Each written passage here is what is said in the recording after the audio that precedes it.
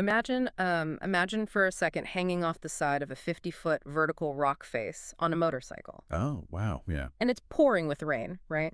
Your tires are just resting on this slick green moss that offers absolutely zero grip. None at all. Exactly. You have no traction control. Yeah. You have no anti-lock brakes. No safety nets. No digital safety net of any kind. And if your rear wheel slips even a fraction of a centimeter, your only protection from a catastrophic bone-shattering fall is your best mate standing at the bottom of the cliff. Right. Just waiting to catch you in the motorcycle with his bare hands. It's terrifying. It's a breathtaking, visceral image, isn't it? It really is. And the mad thing is, it's completely real. Welcome to the paddock, everyone. Today is the 2nd of April, 2026. Yes, it is. We are roughly 6 weeks out from the opening round of the Trial World Championship, or TrialGP, which takes place on the 16th and 17th of May at the Mobility Resort Motegi in Tochigi Prefecture, Japan. And as we look ahead to this specific motorsport event, we're just struck by how entirely alien it feels compared to the rest of the sporting world right now. Alien is the perfect word for it. It really is. Because normally, when we sit down to do a deep dive into elite motorsport in 2026, the conversation is entirely dominated by what I like to call digital omniscience. Oh, I like that. Digital omniscience. Spot on. Right, because it's all about engineering an equation. You look at a modern Formula One car or a MotoGP bike, and it is completely smothered in sensors. Absolutely covered in them. You have telemetry beaming back to the pit wall in real time. Yeah. You have these incredibly complex algorithms calculating slip angles and tire degradation and fuel loads like 1,000 times a second. Yeah, the engineer just sits on the pit wall, points at a glowing screen, and says, there is the exact mathematical limit of the machine. Exactly. Precisely. The modern motorsport landscape is largely binary now. It's just quantifiable data. Right, it's grip or no grip. Too much throttle or not enough. It's clean, it's sterile, and frankly, it's deeply comforting to the modern sporting mindset, isn't it? No, massively comforting. We love it. We like our athletic performance to be visible on a spreadsheet. We want it optimized by code. Yeah, we want to know that when an athlete pushes the absolute envelope of physics, there is a safety net made of silicon and software ready to intervene if they make an error. But then you step into the world of TrialGP. Oh, mate, yeah. You look ahead to Motegi next month, and suddenly all those glowing screens just go completely dark. The spreadsheets vanish. The telemetry is entirely gone.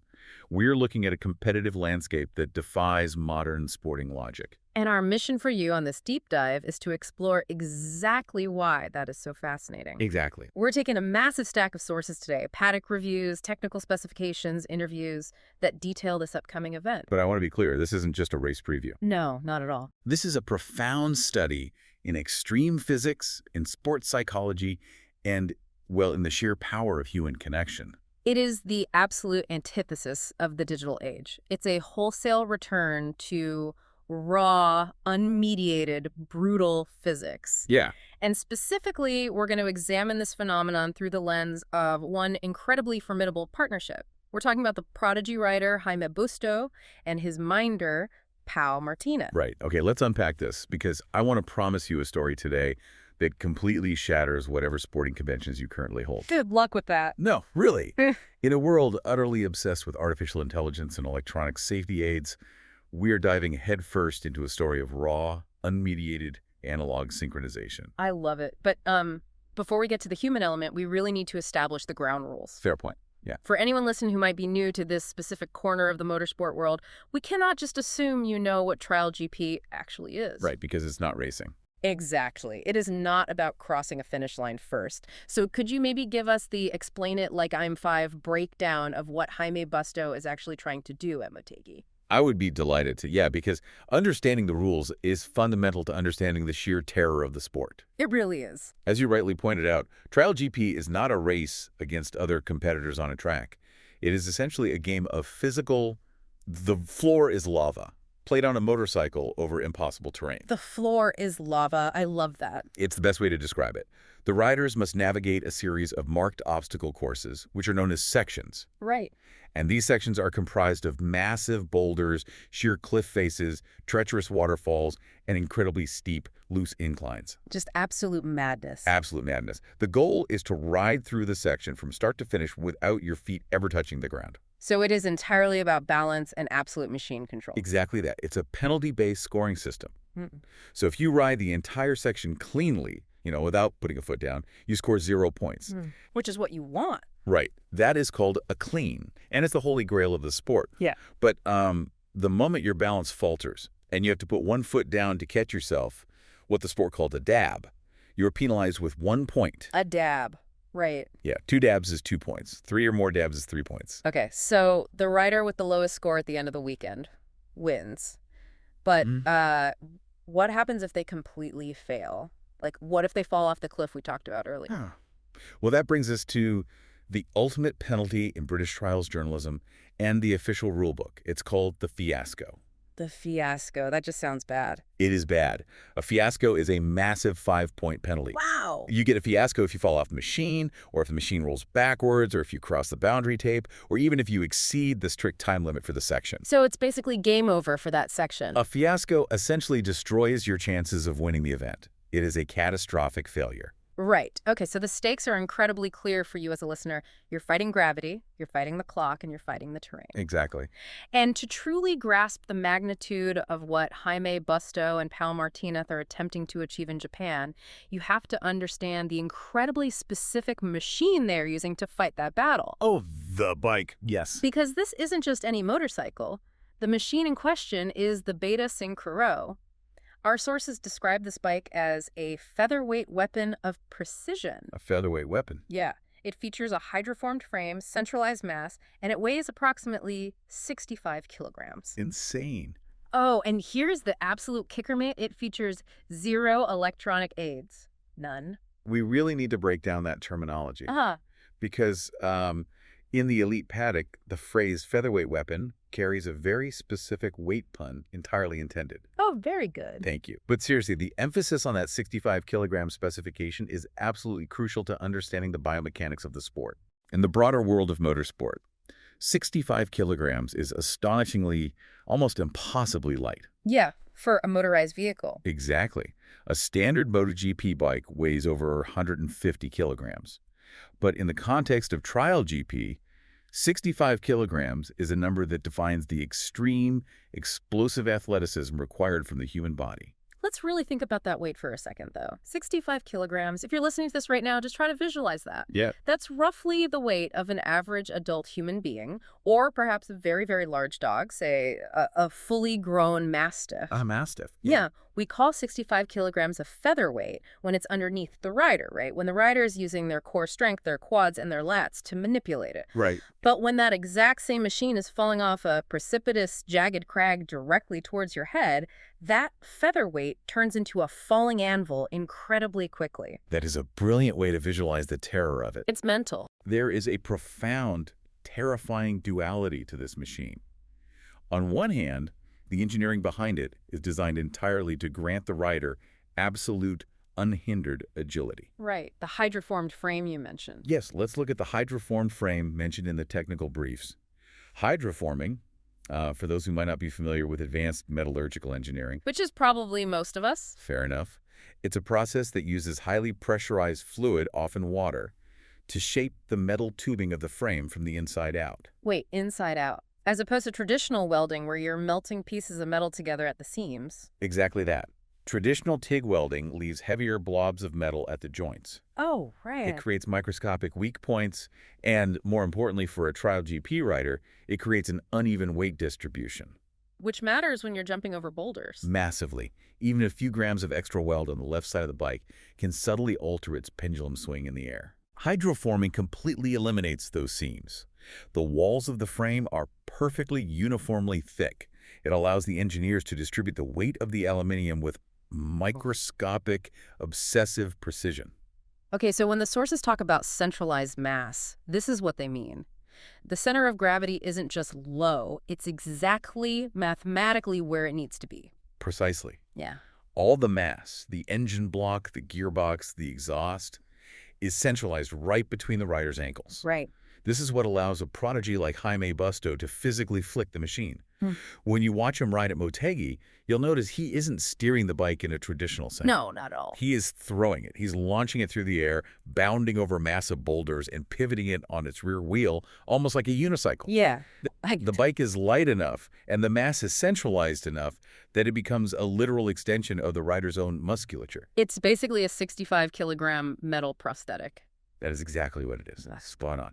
But, as you rightly pointed out earlier, the moment gravity takes over in a negative way. Which it always does eventually. Exactly. The moment the tire loses traction on a wet rock face and the bike stalls vertically, that 65 kilograms ceases to be an extension of the rider. Right. And it instantly becomes a deadly projectile. And this is where my mind just absolutely boggles.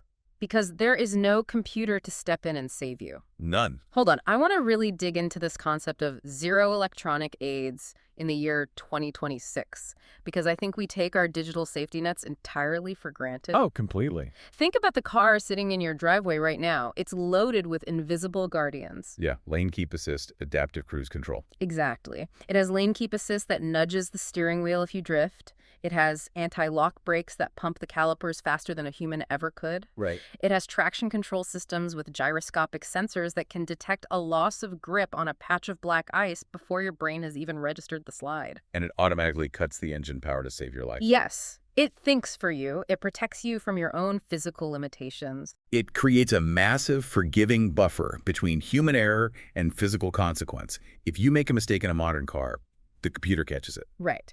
But mastering the Beta SINCRO on the sheer cliffs of Motegi relies entirely, 100%, on the raw physical input of the rider. Absolutely. If Jaime Busto is launching up a vertical waterfall and his rear tire slips on a wet route, there is no gyroscope. No. There is no ECU mapping module kicking in to cut the revs and restore the balance. It is just the rotation of his wrist, the fast twitch muscle fibers in his forearms, and his sheer, unadulterated instinct. Which fundamentally aggressively changes the psychological state of the competitor. It has to. When athletes in other motorsport disciplines push the limit, they know in the back of their minds that the digital safety net is there. Yeah. A MotoGP rider can confidently grab a handful of throttle leaning into a corner at 150 miles per hour because they know the traction control algorithm won't let the rear wheel spin out completely. They can lean into the code. Exactly. Jaime Busto has no such luxury. Every single input he makes on the Beta SINCRO has an immediate, unmitigated physical consequence. It is entirely unforgiving. It is brutal, and that raises what I consider to be the most vital question of this entire deep dive. Okay, what's that? Well, if the sport is this dangerous, if the machines are 65-kilogram anvils waiting to fall, and if there are absolutely zero electronic aids to save the rider when things inevitably go wrong on these precipitous crags, what is the safety net? How is this sport even legally allowed to happen without people suffering catastrophic injuries every single weekend? And the answer to that question is not a what, but a who. Yes. Because when you strip away the digital safety net, the sheer danger of the sport requires a human one. Right. And this leads us directly to what I think is the most fascinating aspect of our sources today. The extraordinary, multi-layered, and frankly, completely bonkers role of the minder. The minder. It is, without exaggeration, the most unique and demanding position in all of modern sports. I would agree with that. If you tune in to watch the Japanese Grand Prix this May, you'll immediately notice an assistant operating in constant, dangerous physical proximity to the rider inside the section. Yeah, they're wearing matching gear usually, right? Exactly. They're wearing a matching uniform, scrambling up the rocks right alongside the motorcycle. Yeah. But to call them an assistant or a mechanic is a massive, almost insulting understatement. Totally. They are a vital, indispensable component of the athletic performance itself. The sources we're working from break down the role of the minder into 3 distinct categories. And honestly, as I was reading through these, each one felt more intense than the last. Oh, absolutely. Let's look at the first role, which the text explicitly refers to as the guardian angel. Right. This is where the goosebump-inducing physicality of the sport really smacks you in the face. It is the absolute, literal, physical manifestation of human trust. I want you to picture the terrain at the Mobility Resort Motegi. Okay.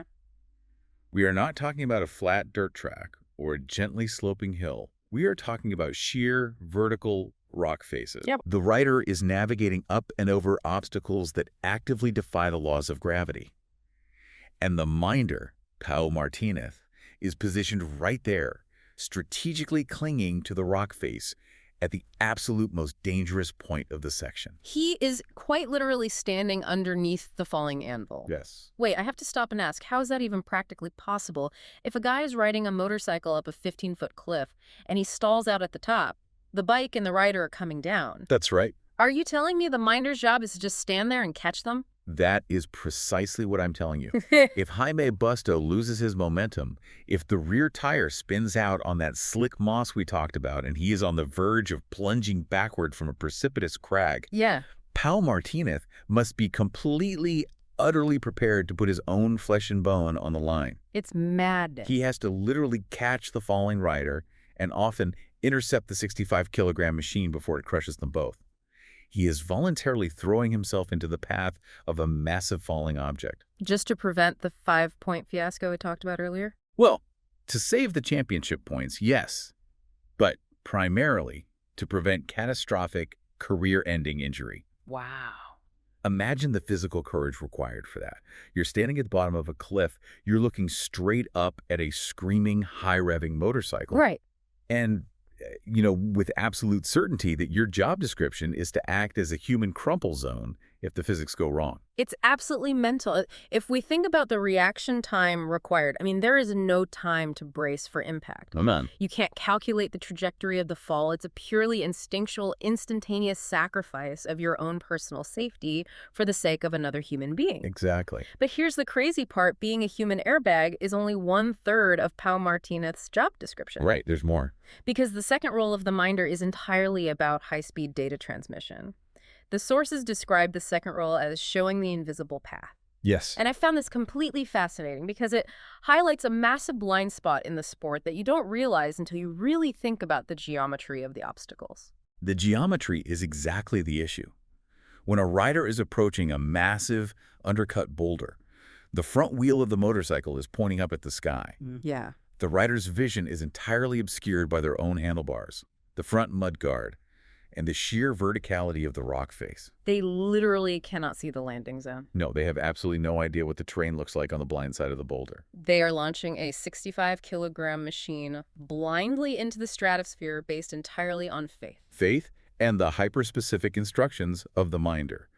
Because Pau Martinez is standing at the top of the obstacle, he has the vantage point. Right. He can see the landing. He knows if the rock is wet, if it is loose, or if there's a hidden crevasse. Oh, wow. And he uses an incredibly complex rapid-fire system of voice commands, shouts, and hand signals to instantly communicate the exact state of that hidden terrain back down to Jaime Busto. I'm trying to picture the sheer sensory overload of this. You're competing in the World Championship. There are thousands of Japanese fans screaming. The Beta SINCRO's 2-stroke engine is absolutely wailing at maximum RPM. Deafening. Your heart is pounding in your ears, and through all of that acoustic chaos, you have to lock onto your minder's voice and process their hand gestures in a fraction of a second. It's a continuous high-bandwidth flow of critical data. As we mentioned earlier, Formula One teams use radio waves to transmit telemetry data to their computers. Right. In TrialGP, that telemetry is transmitted via desperate shouts and frantic gestures to a human brain that is currently balancing on a knife edge. The source material offers a couple of brilliant analogies to help us wrap our heads around this level of communication. Oh, I loved these. Yeah, they say it's akin to a surgeon and the scrub nurse operating in a high-stakes trauma unit. You know how they don't even have to speak? Right, the surgeon just holds out a hand, and the exact right scalpel is placed into their palm because the nurse has anticipated the exact next move. Exactly. Or, and this is my personal favorite analogy from the text, it's like a navigator providing pinpoint instructions to a driver who is racing with their eyes completely shut. The blind driver analogy is superb. It really is. Think about that for a second. Put yourself behind the wheel of your car. Now close your eyes. Terrifying. You're accelerating towards a cliff, and you're entirely 100% dependent on the voice of the person sitting in the passenger seat telling you exactly when to turn the wheel, exactly how much brake pressure to apply, and exactly when to brace for impact. Yeah. The level of trust required to not immediately slam on the brakes in sheer panic is unfathomable. If we connect this to the bigger picture, it demands an absolute foundational dissolution of ego from both parties. How so? While the rider, Jaime Busto, must completely surrender his own situational awareness. He must accept that his own eyes are useless, and he must trust the minder's instructions over his own survival instincts. Wow. Conversely, the minder, Pau Martinez, must accept total, crushing responsibility for the rider's success and physical safety. Because if he gets it wrong... If Pau misjudges the grip on the invisible path and gives the wrong signal, Jaime falls. It's that simple. It's that simple. And that immense pressure, that requirement of absolute trust, brings us to the third and perhaps the most delicate role of the minder. Right. The sources refer to this as the synchronization of the soul. The spiritual tuner. Exactly that. Because they're operating in such incredibly close physical proximity, in an environment saturated with adrenaline and danger, the minder effectively becomes an active, real-time sports psychologist. That's fascinating. Pau is constantly reading Jaime. He isn't just looking at the bike, he's looking at the micro-expressions on Jaime's face inside the helmet. Wow. He's watching the tension in Jaime's jaw. He's monitoring the exact grip strength on the handlebars. He's listening to the cadence of Jaime's breathing. He's taking in all of that. Yeah, he can sense if anxiety is spiking, if frustration is clouding his judgment after a poor section, or if impatience is causing him to rush the clutch release. And he has to actively de-escalate that panic mid-competition. Yes. He has to tune the rider's emotional state just as meticulously as a mechanic tunes the carburetor. Breathe, slow down, reset. He's managing the cortisol levels of another human being on the side of a cliff. It is remarkably rare to find this specific dynamic anywhere else in professional sports. Oh, absolutely. You have elite coaches in football or rugby who yell tactical adjustments from the sidelines. You have brilliant sports psychologists who work with athletes in a quiet, climate-controlled office on a Tuesday afternoon to manage their performance anxiety. Right, but they're separate jobs. Exactly. Right. But a TrialGP minder blends all of those disciplines. They are a physical bodyguard willing to be crushed by a motorcycle, a tactical navigator guiding a blind jump, and a clinical sports psychologist regulating a panic attack. All at once. And they're executing all three of those roles simultaneously, in real time, while clinging to a wet rock face. It is genuinely mind-blowing. When you lay it all out like that, you would think that to find a human being capable of executing all three of those roles flawlessly under world championship pressure, you'd need to build a superhero in a secret laboratory. You really would. But this is where the story of Jaime Busto and Pau Martinez elevates from a fascinating sports breakdown into something truly profound. Oh, please. Because Pau Martinez is not just an exceptionally brave mechanic. He is not just an empathetic friend with a good set of hands. Oh, he's not. He brings a resume to this partnership that completely fundamentally changes the dynamic of what they are capable of achieving. He fundamentally alters the ceiling of what is possible between a rider and a minder, precisely because of who he was before he ever put on the minder's bib. Right.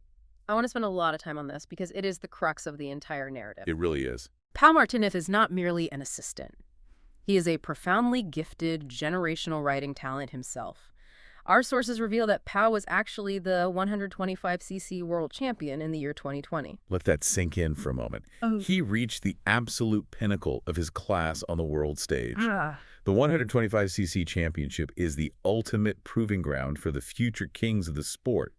To win that title, you have to possess an otherworldly talent, an obsessive drive, and the sheer unyielding ruthlessness required to conquer the globe. Right. In the trial racing ecosystem, Pau Martinez was a king. He wore the crown. And I'm going to stop you right there because I have to push back on this heavily. Okay, go on. I'm looking at this dynamic and I'm putting myself in the mind of an elite athlete, and I just don't buy the narrative. Why not? Well, elite athletes, Formula One world champions, Grand Slam tennis winners, Olympic sprinters, are by sheer necessity incredibly, almost pathologically selfish human beings. That's fair. You do not become the absolute best in the world by worrying about your mate's success. You become the best by prioritizing your own training, your own diet, your own mental focus above everything and everyone else in your life. And you have to be ruthlessly ego-driven to reach the top. That's a widely accepted sports psychology paradigm. Exactly. So why on earth would a reigning king voluntarily give up his throne? It's a massive question. Imagine the sacrifice. You have spent your entire childhood, your entire adolescence, dedicating every waking hour, every drop of sweat, every torn ligament and broken bone to becoming the undisputed best in the world at your chosen profession. Yeah.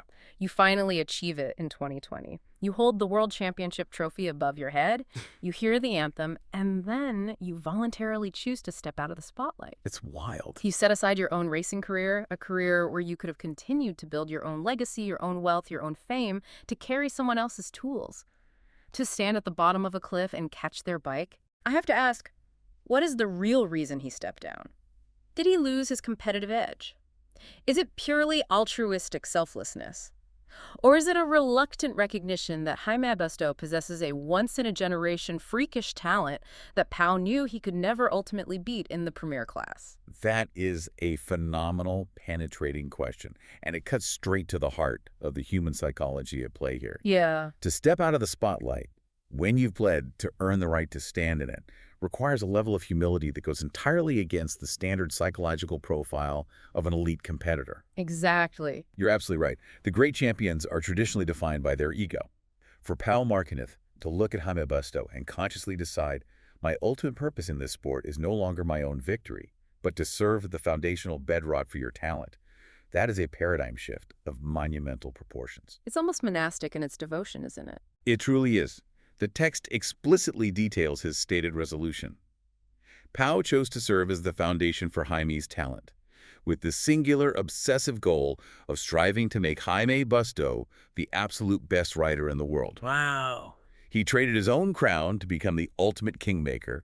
He decided that helping Jaime dethrone the legendary Tawny Bow was a more worthy pursuit than chasing his own shadows. Which is just incredible to think about. But here's the critical, absolute genius of that sacrifice. It is exactly that shared history of greatness that makes Pau Martinez the ultimate, unbeatable weapon for Jaime Busto. Because he knows what it takes. Because Pau has stood on the top step of a world podium, because he has felt the crushing, suffocating weight of a championship run.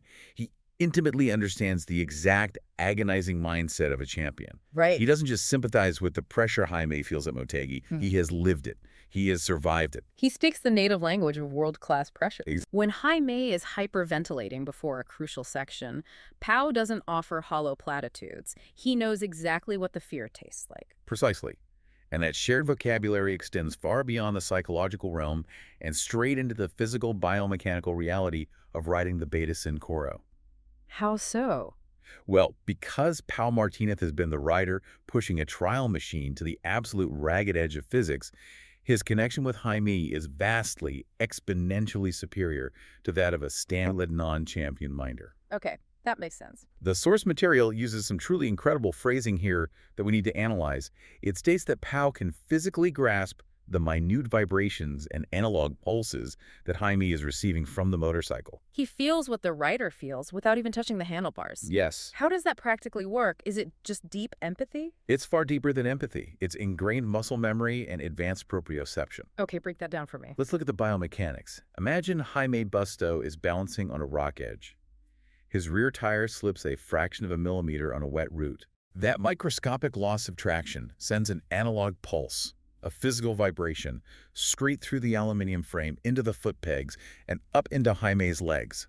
Jaime's central nervous system reacts instantly. Right. The rider feels the slip and adjusts their body weight to compensate. Now consider Pau Martinez standing 10 feet away in the rock face. A standard minder might see the tire slip a moment later. Yeah. But Pau, because his own body retains the deeply ingrained muscle memory of being a world champion, sees the microscopic twitch in Jaime's shoulders. Oh, wow. He sees the subtle shift in jaw tension.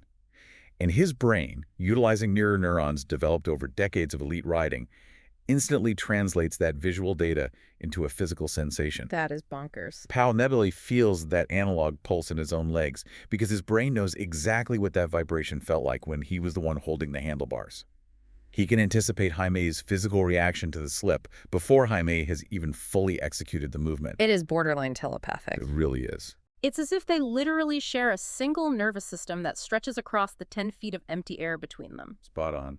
And this profound, interconnected empathy brings us to the absolute crescendo of this entire deep dive. Yes, the ritual. All of this rich history, The terrifying physical danger of the Motegi cliffs, the raw physics of the 65-kilogram Beta SINCRO, the total absence of silicon computers, the immense sacrifice of a former world champion stepping down to become a human airbag, it all culminates in one very specific, incredibly charged, entirely silent moment before they tackle a scored section. The ritual before the storm. It's a moment of pure focus that encapsulates everything we've discussed today. Yes. Our sources detail a pre-ride ritual that occurs right at the boundary tape, seconds before the officials start the clock. Okay. It is a moment of unbroken, intensely focused, silent eye contact shared between Jaime Busto and Pau Martinez. The text defines this exact fleeting moment as the Trinity of Synchro. I love the poetic resonance of that phrase. Yeah. What's fascinating here is the sheer weight of the word synchro. It isn't just a marketing term painted on the side of the Beta motorcycle. The machine is literally named after the physiological and psychological state of being that these two men must achieve in order to ride it without dying.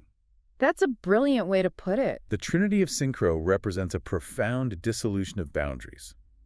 In that moment of silent eye contact, the rider, the minder, and the machine cease to be three separate elements. They merge. They merge into a single, cohesive, biological and mechanical entity. Let's really extrapolate how this Trinity works in practice, drawing on everything we've unpacked so far in this deep dive. Let's do it. We spent a lot of time talking about how the Beta Synchro has zero electronic aids. Right. It has no digital brain to process the complexity of the terrain. It has no silicon chips to calculate grip coefficients. It has no code. And as the old adage goes, nature abhors a vacuum. If the 65-kilogram machine lacks a digital processor, something else has to step in to provide the necessary computational power to navigate the physics of the cliff face. In this incredible scenario, the human connection, that silent, high-bandwidth stream of empathy and trust, literally becomes the processor. That is exactly it. It is a biological ECU. Yes. The instantaneous synchronization between Pau Martinez's visual reading of the terrain, his anticipation of the invisible path based on his own championship muscle memory, Jaime Busto's supreme physical execution, and the machine's analog feedback loop. It's all connected. That continuous, unbroken circuit of data completely replaces the need for a microchip. It is flesh, bone, and forged steel operating harmoniously at the speed of human thought. During that silent, locked-in moment of eye contact before the section begins, massive amounts of data are being transferred. Oh, absolutely. Pau Martinez is transmitting his final assessment of the environmental danger. He is transmitting his strategy for navigating the hidden obstacles. Yeah. And most importantly, he is transmitting his absolute unwavering commitment to being the guardian angel if the featherweight weapon suddenly turns into a deadly anvil. Through his gaze, he's saying, "I am here. If you fall, I will catch you." And Jaime Busto is receiving that data, internalizing that profound reassurance, and feeding back his own readiness to execute the impossible. Exactly. They are establishing the emotional and physical bandwidth for the run. And as we wrap up this analysis, I want you, the person listening to this right now, to really pause and reflect on this concept in the context of your own daily life. It's worth thinking about. Obviously, the vast majority of us are not launching motorcycles up vertical rock faces in Japan. Our stakes are rarely life and death. Right, thankfully.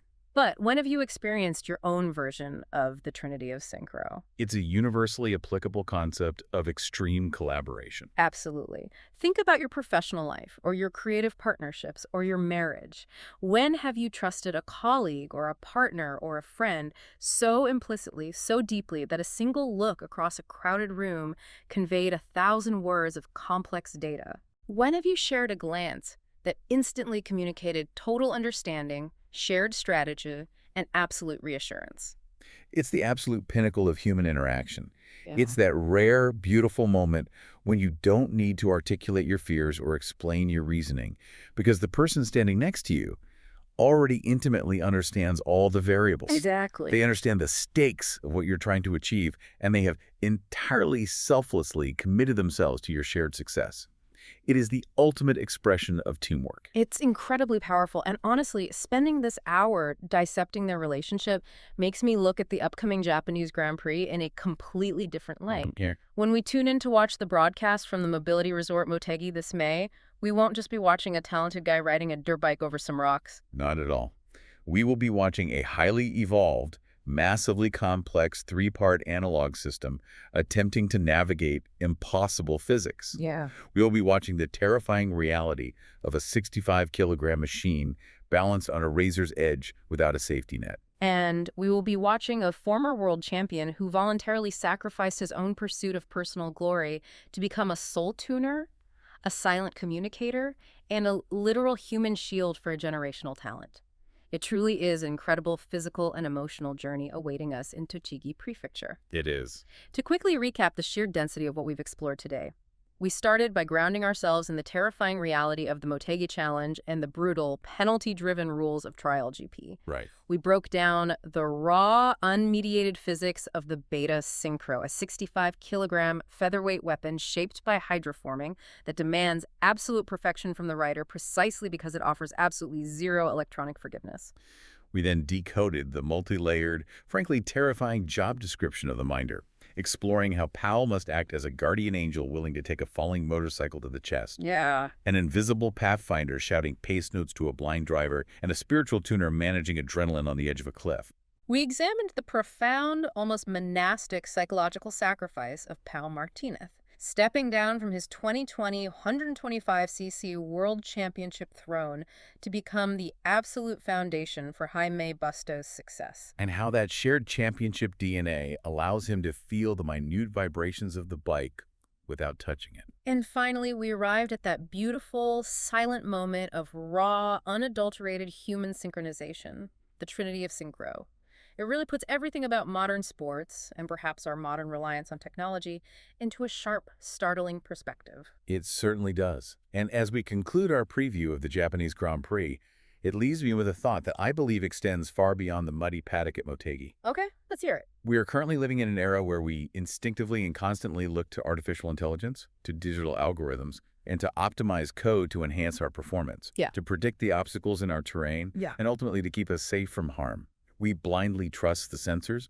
We worship the telemetry. We really do. But looking at the absolute highest level of this incredibly dangerous extreme sport proves something remarkable about the human condition. Which is? Perhaps the ultimate technology, the most exquisitely precise sensor, and the absolute greatest safety net ever invented isn't made of silicon or hydroformed aluminium or millions of lines of code at all. Right. Perhaps the greatest safety net is simply the silent, trusting gaze of another human being who is willing to catch you when you fall. Wow. I want you to really think about that profound truth the next time you look down at a dashboard full of glowing digital safety features, or the next time you feel overwhelmed by the sheer pace of the digital age. Yeah. Sometimes the most advanced, unbreakable engineering on Earth is just pure, unadulterated human trust. Spot on. Thank you so much for joining us on this extensive deep dive into the Trial World Championship. We hope you take this renewed understanding of the human connection with you when the engines finally fire up in Japan this May. And until next time.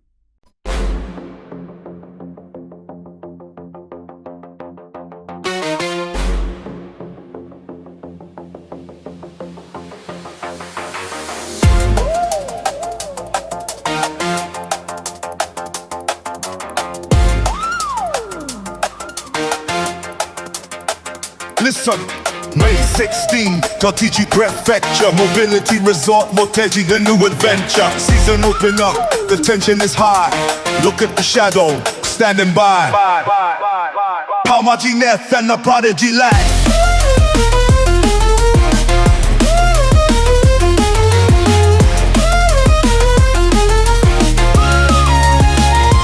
Not just a helper, he's a guardian angel, catching the machine at a dangerous angle. 65 kilos flying through the air, put his own body in the line right there. 2020 world champ of the small class, gave up his throne just to make the time pass. Sacrifice the crown for the Synchro king, foundation for the talent that the Beta will bring. Showing the path that is hidden from the eye, voice and the signals while the tides fly high. Spiritual tuner, calming down the nerve, getting the traction on every single curve. Wait for the drop, feel the sing. Trail Synchro, Trinity of power, might mind the machine in the hour. Jaime Busto and the shadow on the rock. Pau Martinez, ticking with the clock. 65 kilos. Featherweight to Beta SINCRO. Breaking every rule like a surgeon and a nurse with the blade. Not a single word, but the plan is made. Navigator shouting for the driver in the dark. Two minds meeting to ignite the spark. He knows the vibrations of the analog pulse. Understanding Jaime when the feeling is false. Instant synchro, deeper than the rest. Opening got Motegi putting us to the test. Shadow synchro, trinity of power. Right among the machine in the hour. Jaime Busto and the shadow on a rock. Pau Martinez ticking with the clock.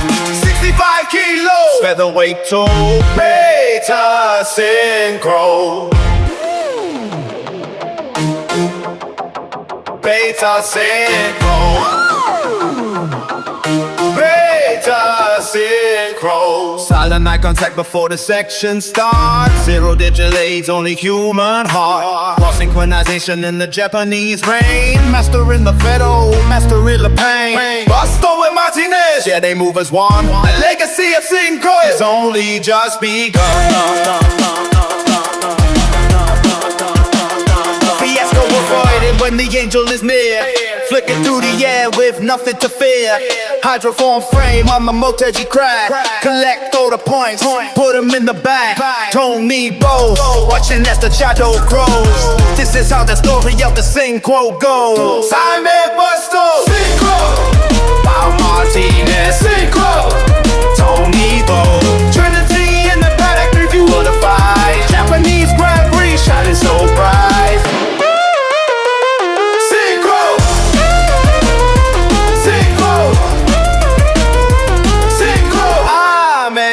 Busto synchro.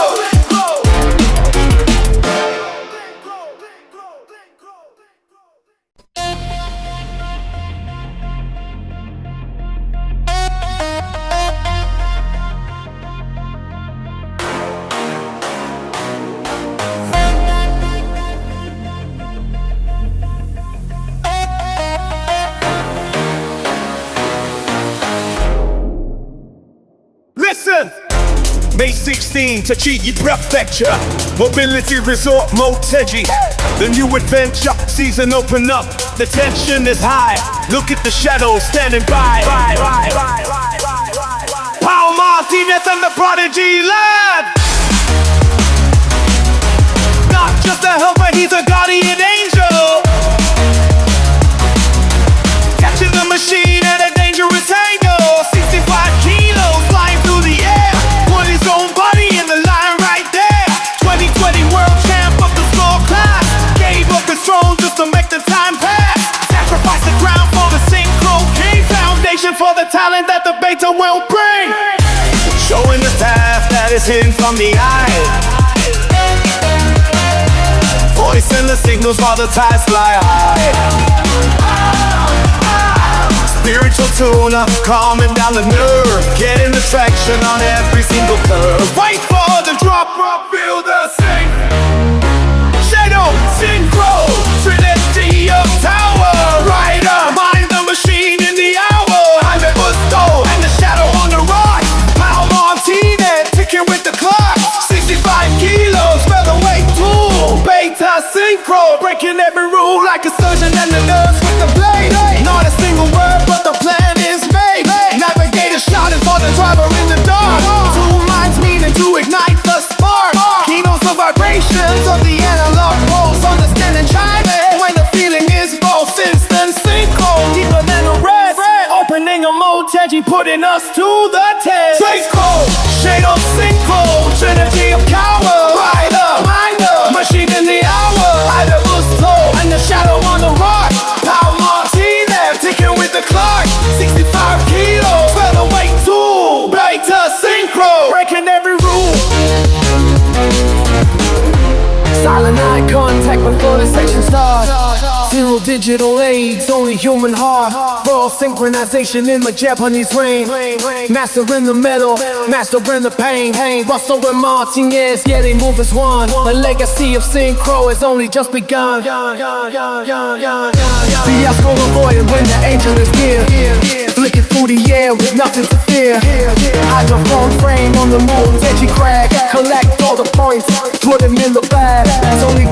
watching as the shadow grows. This is how the story of the synchro goes. Jaime Busto, synchro. Pau Martinez, synchro. Sony Gold, synchro. Trinity in the beta. Preview of the fight, Japanese Grand Prix shining so good. Synchro, synchro, synchro, synchro. Shadow, synchro. Trinity in the beta. Mind the machine in the hour. Jaime Busto and the shadow on the run. Pau Martinez, take it with the club. 65 kilos, featherweight tool. Beta SINCRO, breaking every rule.